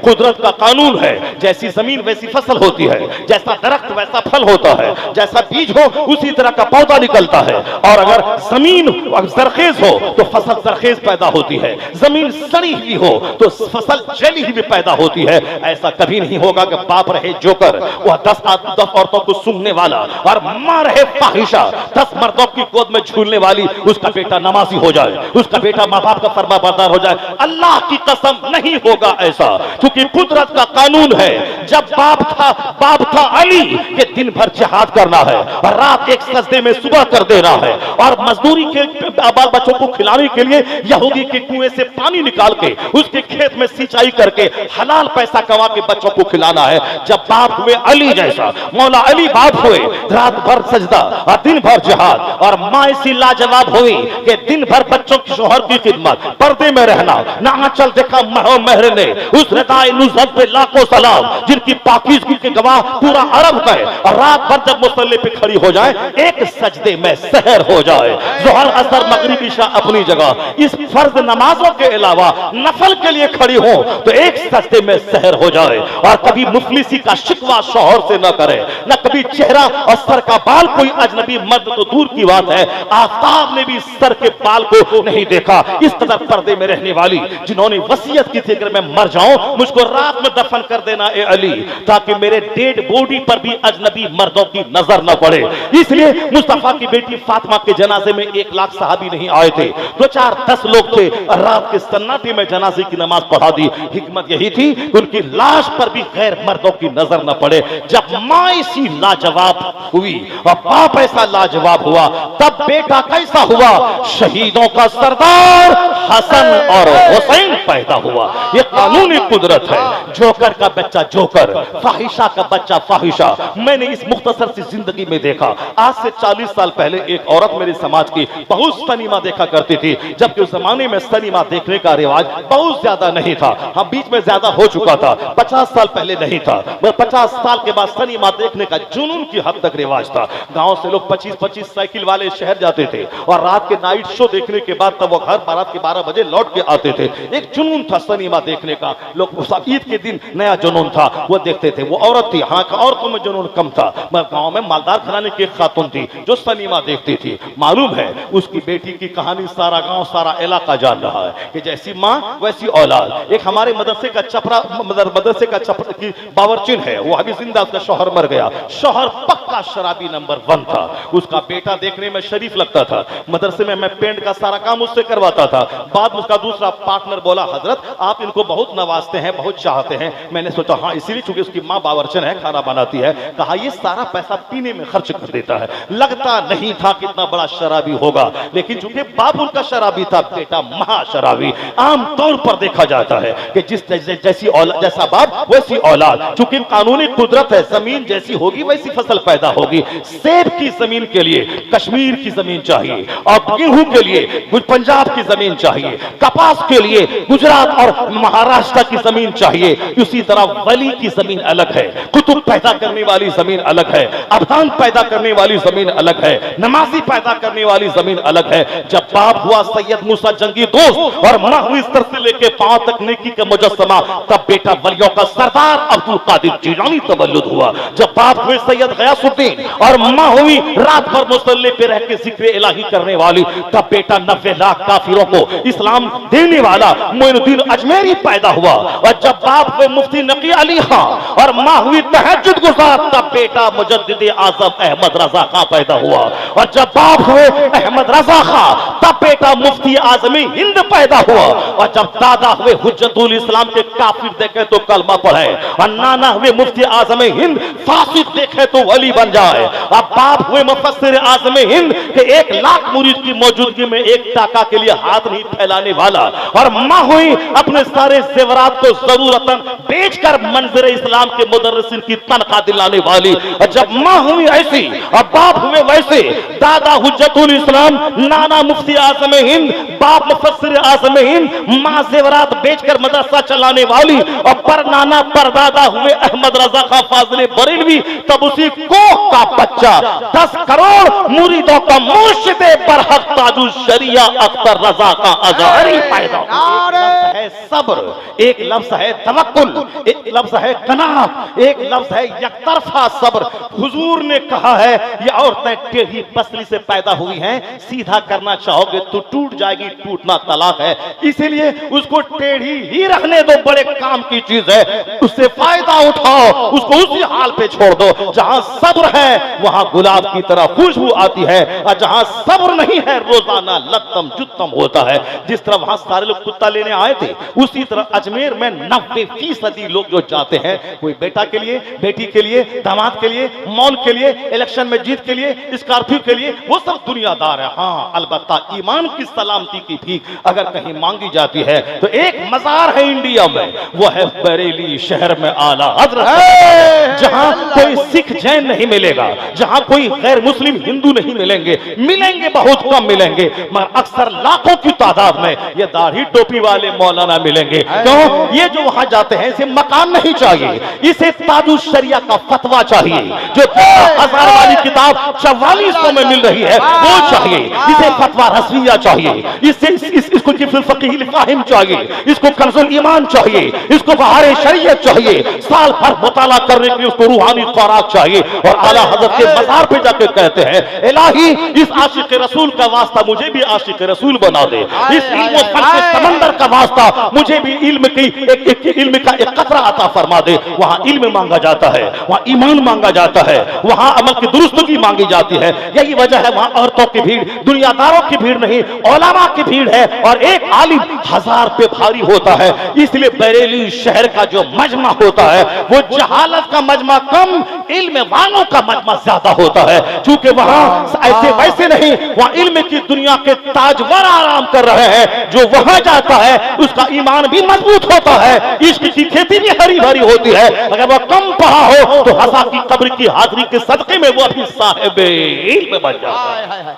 वाह वाह वाह वाह, माशाअल्लाह माशाअल्लाह। बातें तो बहुत सारी हैं, बहुत सारी बातें दिमाग में आ रही हैं, मगर मैं क्या करूं, क्योंकि वक्त ज़्यादा हो गया। मुझको 9 बजे बैठा दिया गया होता, अब 12 तक 3 घंटे की तकरीर हमारी हो गई होती, लेकिन मैं अभी हबीब भाई हमारे बैठे हुए हैं, इसलिए मैं नहीं चाहता कि आप ज़्यादा टाइम बर्बाद करूं। जो कुछ भी मैंने कहा है बस चलते चलते आखिर में एक बात सुन लीजिए, हो सकता है आपके दिमाग में कोई शक पैदा हो जाए। शक पैदा न हो, मैं अल्हम्दुलिल्लाह बहुत बड़ा टनाटन सुन्नी बरेलवी हूँ, ताजुल शरिया का खलीफा हूँ, और मुफ्ती आज़म हिंद के खलीफा और उनके मुरीद हमारे पीर मुर्शिद मुफ्ती गुलाम रसूल साहब रहमतुल्लाह तआला अलैह, वो हमारे पीर मुर्शिद भी हैं, बुखारी शरीफ के उस्ताद भी हैं, और हमारे इत्तेफाक से ससुर भी हैं। वो हमारे बहुत मुत्तक़ी, मैंने 6 साल तक उनको हर सुबह शाम नशीद बर्खास्त को देखा है। बरेली में 8 साल रहे, बिल्कुल मुफ्ती आज़म हिंद का नमूना मैंने उनको देखा, उनसे मुरीद ताजुल शरिया की खिलाफत मैंने सबको देखा। और अल्हम्दुलिल्लाह आपसे ज़्यादा मैं मज़ार पाक के हाज़िरी देता हूँ।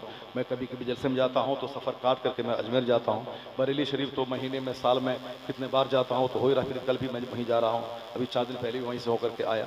इस तरीके से कोई दिमाग में डाउट नहीं लाइएगा कि मौलाना साहब जो है इस तरह की बातें कर रहे हैं, जो बातें दूसरे लोग भी क्या करते हैं। अलबत्ता इतना ज़रूर आप रखिए कि मैं वही बात कहता हूँ जो बातें आला हजरत ने कही है। आला हजरत ने लिखा है कि कोई नफल कबूल नहीं होता है जब तक कि फ़र्ज न अदा हो। एक आदमी रात भर तहज्जुद पढ़ता रहा मगर कबूल नहीं होगा जब तक कि फजर की 2 रकअत नमाज अदा करे, क्योंकि ये फ़र्ज है और वह नफल है। एक आदमी 1 लाख आदमी को इफ्तार पार्टी दिया, अपना रोज़ा जब तक नहीं रखेगा ये इफ्तार पार्टी कबूल नहीं होगी। अपना हज फ़र्ज है, 50 मौलाना को हज करवाना ये नफल है, और जब तक अपना हज नहीं करेगा ये सारा हज की नेकी लटकी हुई रहेगी, हंग मुअल्लक रहेगी, जब तक कि अपना फ़र्ज ना अदा करे। 1 करोड़ की मस्जिद मैंने बना दी, 100 रुपया ज़कात का जो हम पर फ़र्ज है, जब तक ये 100 रुपये नहीं निकलेगा 1 करोड़ की मस्जिद वाली नेकी हंग रहेगी लटकी हुई, क्योंकि ये नफल है और ये फ़र्ज है ज़कात का 100 रुपया। फ़र्ज है, नफल है, इसको हमेशा समझिए। ऐसी का फ़र्क न समझने की वजह से 10 रुपये की बताशी की फातिहा दिलाने वाला सोचता है कि मैंने बहुत बड़ा फ़र्ज इस्लाम का अदा कर दिया। जुलूस से मोहम्मदी, 11वीं का बकरा, मुहर्रम का खिचड़ा, बाबा तैगली के मज़ार पाक का उर्स, गरीब नवाज की छठी, ये सब अच्छा काम है, नफल है। कोई गुनाह और हराम का काम नहीं है। हाँ अलबत्ता वहाँ औरतें मर्द आपस में भीड़ जाएं वो हराम है, कोई लड़की लड़का से लेके भाग जाए वो हराम है, वो अलग चीज़ है। मगर पाकीज़ा तरीके से मज़ार पे जाना, फातिहा करना और वहाँ फातिहा पढ़ना, फिर वहाँ से आ जाना, नमाज पढ़ते हुए जाना, नमाज पढ़ते हुए आना, ये बहुत अच्छा काम है जो कि अल्लाह के नेक वलियों की कब्र के सामने दुआ कबूल होती है और वहाँ बैठने से फरिश्तों की सोबतें नसीब होती है। सैयद सलार मसूद गाजी रहमतुल्लाह अलैह का मज़ार है बहराइच में आया है, जो 1 घंटा वहाँ बैठेगा जरूर जनाब खिज़्र अलैहिस्सलाम से मुलाकात हो जाएगी, क्योंकि हर आधा घंटा के बाद जनाब खिज़्र अलैहिस्सलाम की हाजिरी उस मज़ार पे होती है। और जब वहाँ होती है तो अजमेर का क्या हाल होगा, जब अजमेर का हाल है तो आशिक रसूल शेखुल इस्लाम आला हज़रत के मज़ार का क्या हाल होगा। इसलिए हम वहाँ 10 मिनट तो कभी नहीं, बहुत इमरजेंसी केस में, वरना जब तक हम आधा घंटा 1 घंटा नहीं बैठते आला हज़रत की निगाह के सामने उस वक्त तक चैन नहीं मिलता है। मज़ार पे जाए तो आदमी आराम से बैठे, क्योंकि उस कब्र पे रहमतों की बारिश तो बरसती ही है। जिन्होंने खूब दिन की खिदमत की, एक छींट यहाँ पड़ गई थी, यहाँ भी आदमी मालामाल हो जाएगा। वह टका वाला मालामाल नहीं होगा, ईमान पुख्ता होगा, अमल अच्छा होगा, खात्मा बिल खैर होगा, जन्नत मिल जाएगी। दुनिया का 50 खरब टाका एक तरफ, जन्नत की धूल का करोड़वां हिस्से के बराबर नहीं है। और हुजूर फरमाते हैं रकातल फज्र खैरुम मिनद दुनिया व मा फीहा, फजर की 2 रकात नमाज दुनिया और दुनिया में जो कुछ है उससे बेहतर है। दुनिया की सारी सल्तनत से बेहतर है फजर की 2 रकात नमाज। और एक हदीस में आया है लगतवतुन और राहतुन फी सबीलिल्लाह खैरुम मिनद दुनिया व मा फीहा। मुस्तफा फरमाते हैं टू स्पेंड 1 मॉर्निंग और evening in the way of Allah is better than the world and whatever is in it, यानी दुनिया और जो कुछ दुनिया में है उससे बेहतर है सुबह में और या शाम में थोड़ा टाइम अल्लाह की राह में निकालना, सारी दुनिया से बेहतर है। सुबह और शाम थोड़ा सा टाइम खुदा की राह में निकालना, गज़वतुन और राहतुन फी सबीलिल्लाह, यानी टू स्पेंड मॉर्निंग और इवनिंग और मॉर्निंग का थोड़ा सा हिस्सा अल्लाह की राह में खर्च करना, यह दुनिया और दुनिया में जितनी चीजें हैं सबसे बेहतर है। ये आप बोझ समझते हैं आलिमों के पास बैठने को, अल्लाह के नेक बंदों के साथ जाने को, या दीनी मजलिसों में बैठने को बोझ समझते हैं। शाम सुबह का थोड़ा सा लम्हा जो यहाँ गुजरता है, दुनिया में जो कुछ है उससे बेहतर है। असल चीज है आखिरत। तो नफल है, फर्ज है, 5 वक्त की नमाज फर्ज है, रोजा रखना फर्ज है, ज़कात देना फर्ज है, हज करना फर्ज है।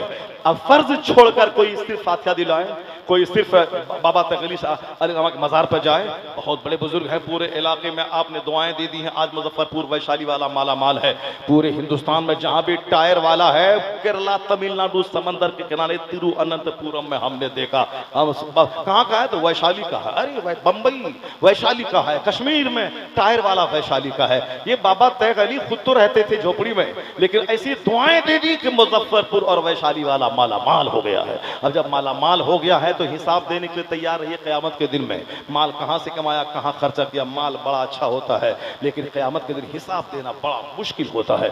इसलिए अल्लाह वाले हमेशा माल से अपने आप को बचाते रहे, ताकि इसका हिसाब क़यामत के दिन ना देना पड़े। क्योंकि क़यामत के दिन बंदा 1 इंच अपनी जगह से हटेगा नहीं जब तक बता ना दे माल कहाँ से कमाया, कहाँ खर्च किया। From where you earn this, कहाँ से तुमने इसको कमाया। In which ways spent this, किस रास्ते में तुमने खर्चा किया। ऐसा नहीं कि मेरा माल था, नाच गाना धूम धड़ाका में खर्चा किया, हमारा माल था। अल्लाह का दिया हुआ माल है, क़यामत के दिन हिसाब देना होगा। माल कहाँ से कमाया, किस रास्ते से कमाया और कहाँ खर्चा किया। तो फिर जिसके दिमाग में ये बात होगी वो कभी माल के लिए लालायित नहीं होगा। वो नहीं जाएगा गौसे पाक के मज़ार पे हमको ढेर माल दे दीजिए। ईमान दीजिए, अमल दीजिए, ये सबसे बड़ी दौलत है। फातिहा नफल है, फर्ज नहीं। जुलूस मोहम्मदी नफल है, फर्ज नहीं। अजमेर बरेली बगदाद जाना नफल है, फर्ज नहीं। और जो चादर चढ़ाए और नमाज ना पढ़े, जो अजमेर जाए नमाज ना पढ़े, जो बगदाद जाए नमाज ना पढ़े, तो उसका कोई नफल कबूल नहीं होता जब तक कि बंदा फर्ज ना अदा करे। तो वह नजदी बोलता है फातिहा दिलाना हराम, सिर्फ नमाज पढ़, वो भी गया जहन्नम में। और ये बिदअती बेनमाजी बोलता है अरे नमाज से क्या होता है, हम तरीकत वाले हैं, मज़ार पे जाओ बाबा नजर करम कर देंगे तो दुनिया दोनों में माला माल हो जाओगे। तो दुनिया में अल्लाह रोजी देने वाला है, मगर 8 घंटे खेत में रहना है, दुकान में रहना है, ये होशियार है। मगर जन्नत के बारे में, ना नमाज पढ़े जन्नत मिल जाएगी, नहीं होगा ऐसा। अल्लाह रोजी देने वाला है मगर दुकान जाना होगा। उसी तरह अल्लाह जन्नत देने वाला है, तुम्हें नमाज के लिए मस्जिद जाना होगा। ऐसा नहीं कि बगैर दुकान के पैसा चल के घर में आ जाएगा। रोजी देने वाला अल्लाह है मगर दुकान खेत खलियान जाना होगा। उसी तरह अल्लाह जन्नत देने वाला है, नमाज की पाबंदी करनी होगी, ज़कात देना होगा। तो जो कहता है ज़कात नमाज फर्ज सब कुछ है, मिलाद फातिहा हराम है, वो भी जहन्नमी। और जो बोलता है कि मिलाद फातिहा कव्वाली मजार चादर गागर संदल बाबा बाबा चादर पोशी, वो अगर नमाज की क्या जरूरत है, वो भी जहन्नमी। ये भी जहन्नमी, वो भी जहन्नमी। मस्जिद वीरान है, अब दरगाह में 1 लाख का झूमर लगाया हुआ है। मस्जिद वीरान है, दरगाह में 1 लाख का कालीन बिछाया हुआ है। जबकि आया है कि वहां रोशनी लोगों के ज़ायरीन के इरादे से करे, न कि कब्र अनवर में जो बुजुर्ग हैं उसको उस रोशनी और झूमर 1 करोड़ की गुंबद से कोई फायदा नहीं पहुंचता। उसको कब्र में उसका नेक अमल पहुंचेगा। अलबत्ता ये सारी चीजें अवाम के दिलों में मोहब्बत और अकीदत डालने के लिए ये सारी चीजें हैं। ये रोशनी अवाम के लिए है, उससे उस कब्र वाले को कुछ नहीं मिलेगा। हाँ, जो मैं उनके लिए फातिहा पढ़ूंगा, उसको सवाब पहुंचाऊंगा, वही उनको मिलेगा। इसलिए मज़ारे पाक पे जाने को जो हराम कहता है वो भी मिसगाइड है, और जो सिर्फ मज़ारे पाक के जाके रह जाए, नमाज रोजे से गुरेज करे, वो भी मिसगाइड है। अब इन दोनों तबाहशुदा लोगों में बीच का एक रास्ता है। ये रास्ता है जो सीधा जन्नत जाता है। वो रास्ता कौन है? उसी का नाम है मसलके एतदाल, मसलके आला हजरत, कि जो कहता है सिर्फ नमाज पर मज़ारात पे जाना हराम है, वो भी गड्ढे में गिरेगा। और जो कहता है कि सिर्फ मज़ार पे हाजिरी दे फातिहा बताशा की दिला जन्नत पक्की है, वो भी जाएगा जहन्नम में। यह बीच का रास्ता है मसलके एतदाल, कि नमाज भी होगी, फातिहा नियाज भी होगी, नमाज भी होगी, जुलूसे मोहम्मदी भी हो निकाला जाएगा, नमाज भी होगी और गरीब नमाज के मज़ार पे हाजिरी भी होगी, फातिहा भी होगी, मुहर्रम का खिचड़ा भी होगा, नमाज भी होगी, रोजा भी होगा, ज़कात भी होगी, हज भी होगा, फातिहा भी होगी, दुरूद भी होगा, जुलूसे मोहम्मदी भी निकलेगा, यानी का बकरा भी ज़बह होगा, नफल भी होगा, फर्ज भी अदा होगा, और ये सीधा रास्ता जन्नतुल फिरदौस चला जाएगा। यही है सीधा रास्ता, इसी का नाम है मसलके आला हजरत। अल्लाह तबारक व तआला हमको और आपको सबों को इसी मुक़द्दस मसलक पे मजबूती से कायम रहने की तौफीक अता फरमाए। ज़रा ज़ोर से बोलिए ना आमीन। अल्लाह ताला हमें और आपको और घर के सारे लोगों को पाबंदी से नमाज पढ़ने की तौफीक अता फरमाए। अल्लाह ताला हमारी माँ बहन बेटियों को पर्दे में रहकर अच्छा खाने, अच्छा पहनने, अपने घर में एक एक लम्हे को इबादतों में गुजारने, अच्छी तालीम हासिल करने की तौफीक अता फरमाए। अल्लाह ताला बेपर्दगी की नहुसत से हमारी माँ बहन बेटियों को महफूज फरमाए। दरगाहों पे जाने से मेरी माँ बहन बेटियों को अल्लाह बचाए। दरगाहों में सिर्फ खालिस मर्दों की हाजिरी हो और तमाम खुराफात व वाहियात से अल्लाह उस दरगाहों के उर्स को हमको पाक रखने की तौफीक अता फरमाए। जरा जोर से बोले ना आमीन। फिर हम 2 घंटा बोल देंगे अभी, फिर आप परेशान हो जाएंगे, परेशानी में पड़ जाएगा। जोर से बोलिए आमीन। इन्नल्लाह यअमुरु, अल्लाह तुम्हें हुक्म देता है, ए मुसलमान तुम्हें हुक्म देता है इंसाफ करने का, तुम्हें अल्लाह हुक्म देता है एहसान नेकी करने का, तुम्हें अल्लाह हुक्म देता है अपने रिश्तेदारों को देने का, रिश्तेदारों से लेने का नहीं, रिश्तेदारों को देने का। अपने बाप को दें, माँ को दें, भाई को दें, बहन को दें, पड़ोसी को दें, माजूर को दें, कंगाल को दें, खस्ताहाल को दें, मरीज को दें, माजूर को दें, बीमार को दें, सिर्फ दें। लेने की आदत जहाँ होगी वहाँ बुखालत होगी, कंजूसी होगी, गैरत खुददारी का खात्मा होगा, वहाँ पे इज्जत नफ्स का खून होगा, लालच की वजह से मार धाड़ काट नफरतों का माहौल होगा। एक दामाद अपने ससुर के घर नहीं जाता है क्योंकि ईद के दिन कपड़ा नहीं दिया। अब जाहिर सी बात है लेने की चाहत है, नहीं मिला तो अब वहां पे रूठना शुरू है, मुंह फुलाना शुरू है।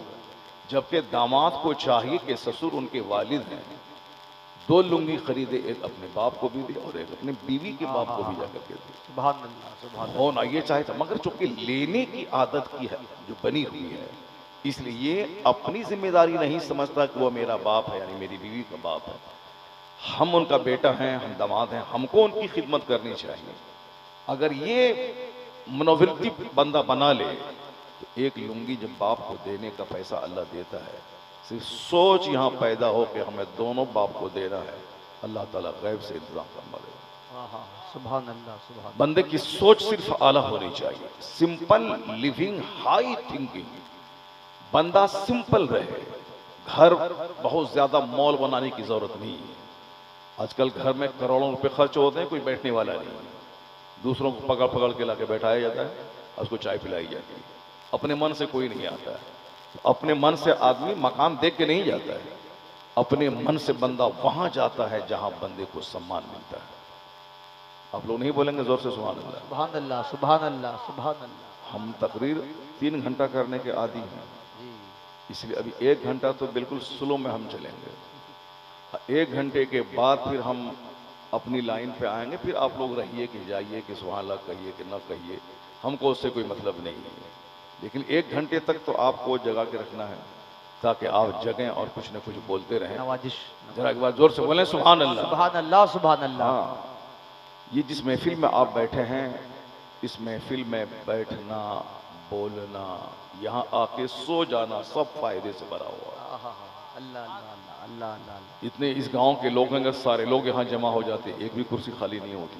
जी लेकिन क्योंकि वो समझते हैं कि चलो वो करवा रहे हैं, वो समझे अपना काम समझे, वो हम क्यों जाएं, अपना चलो देखेंगे बाद में।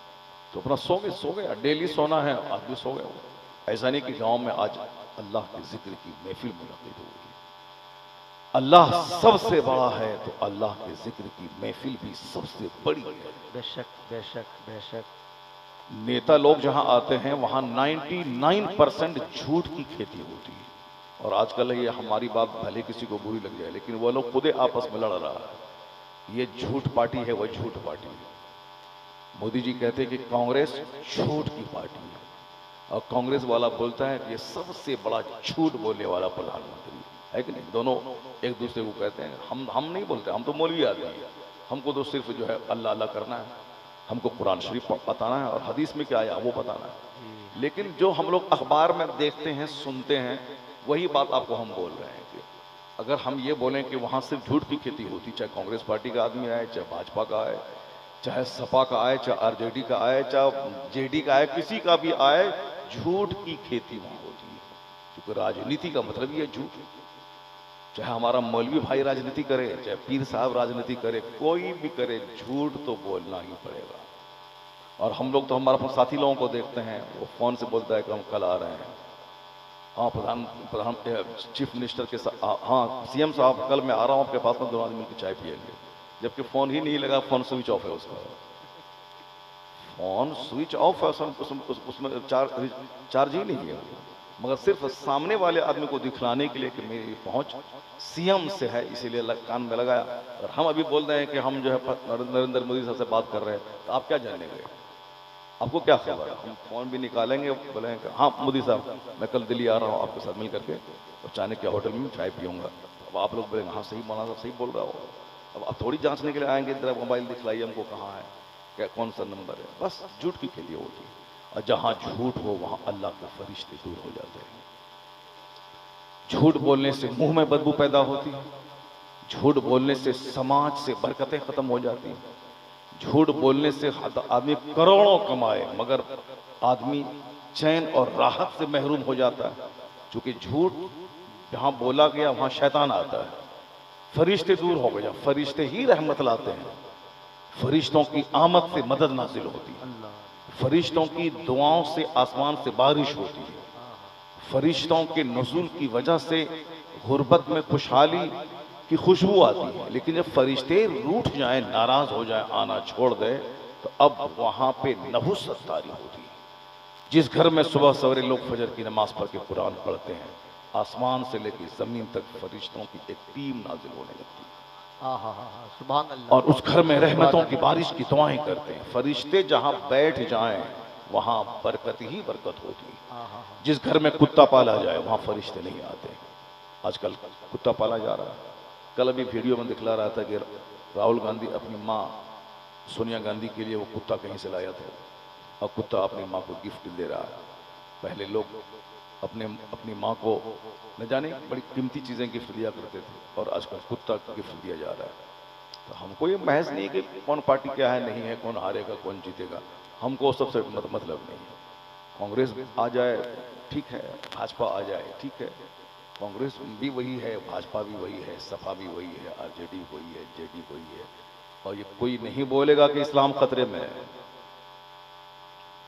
कांग्रेस पार्टी नहीं आई इस्लाम खतरे में है, वो महा झूठा है। ये 50 साल से हम सुन रहे हैं, नेता बोलता है इस्लाम खतरे में है, और ये खतरे वाली बात बोल के हमारा वोट लेकर जाके वो शराब पीता है दिल्ली में, मौज मस्ती करता है। और हमारा मौलवी साहब भी बोलता है कि इस्लाम खतरे में है, तुम नहीं संभलेगा तो मिट जाएगा। ये हम लोग 50 साल से सुनते हुए आ रहे हैं, खतरे में है। अल्लाह की कसम, इस्लाम न कभी खतरे में था, न आज है, न कयामत तक रहेगा। वाह माशाल्लाह माशाल्लाह। और ये हमारी बकवास, हमारी बोली नहीं है, ये कुरान शरीफ की बोली है। कुरान अल्लाह का कलाम है। दुनिया के सारे लोगों को अल्लाह ने पैदा किया है। हर आदमी के पेट में 2 केजी पाखाना अल्लाह ने रख दिया है कि जब भी तुम पियर से साबुन लगा के, राडो घड़ी पहन के, और हाई क्वालिटी के रेड एंड चीफ और का जूता पहन के, और साहब सियाराम डिग्जाम और रेमंड का कपड़ा पहन के जब तुम ये समझो कि मैं बहुत हाई फाई आदमी हूं, तो बस पेट का पखाना याद कर लेना, तेरी सारी हाईनेस खत्म हो जाएगी। ये जो यहां जो 2 केजी है, ये बंदे की कमजोरी अल्लाह ने रख दी है कि जब भी तुझको लगे कि मैं गोरा, मैं नारा, मैं बड़ा, मैं हाई, तो बस सिर्फ उस पखाना को याद कर लेना, तेरा सारा गुरूर चकनाचूर हो जाएगा। ये पेशाब पाखाना मेरी कमजोरी, ये नाक का बहना मेरी कमजोरी, यह नींद मेरी कमजोरी। बड़ा से बड़ा गामा पहलवान हो, लेकिन जब नींद आती है तो मुर्दा हो जाता है, और हालत नींद में आदमी मुर्दा हो जाता है। ये नींद हमारी कमजोरी, पेशाब पाखाना हमारी कमजोरी, पसीने की बदबू हमारी कमजोरी, मुंह की बदबू ये हमारी कमजोरी, ये आंख का आंसू ये हमारी कमजोरी, ये सारी हमारी वीकनेस है। पेशाब पाखाना, पसीने की बदबू, नाक का बहना, मुंह की महक, ये सारी चीजें हमारी वीकनेस को दर्शाती हैं। अल्लाह ने हमें पैदा ही कमजोर बनाया है। हमारी पैदाइश इब्तदान मिट्टी का पुतला, हम लोग मिट्टी से इंसान पैदा हुआ। जिस मिट्टी को गोंधा गया, जिससे बदबू आने लगी, उसी बदबूदार गारे से ये इंसान पैदा हुआ। और फिर उस मिट्टी के पुतले को पानी बना के बाप की रीढ़ की हड्डी और माँ की सीने की हड्डी में रख दिया गया, और वह पानी का नापाक कतरा जो शर्मगाहों से गुजर कर माँ के शिकम में पहुंचता है, और फिर वहां नाक नक्शे की तामीर होती है, और फिर 9 महीने के बाद वो नक्शा माँ की शिकम से बाहर आता है। 9 महीने तक माँ के पेट में माँ का माहवारी खून रोक लिया जाता है, और उस खून को बच्चे के बदन में नाली के जरिया, वेन के जरिया उस खून का सप्लाई होती है। वह खून बच्चे की खुराक होती है। खून इस कदर वह नापाक चीज है कि औरतों पे हर महीने नमाज माफ है, किसी पर माफ नहीं। मर्द चाहे मर क्यों, मरने से पहले हर हाल में उसको नमाज पढ़ना है। लेकिन औरतों की चूंकि कमजोरी है कि उसके जरिए बच्चा पैदा होता है, बच्चा पाला जाता है, इसलिए वो एडिशनल खून है, इसलिए औरतों पर नमाज, उस पीरियड की नमाज माफ कर दी गई।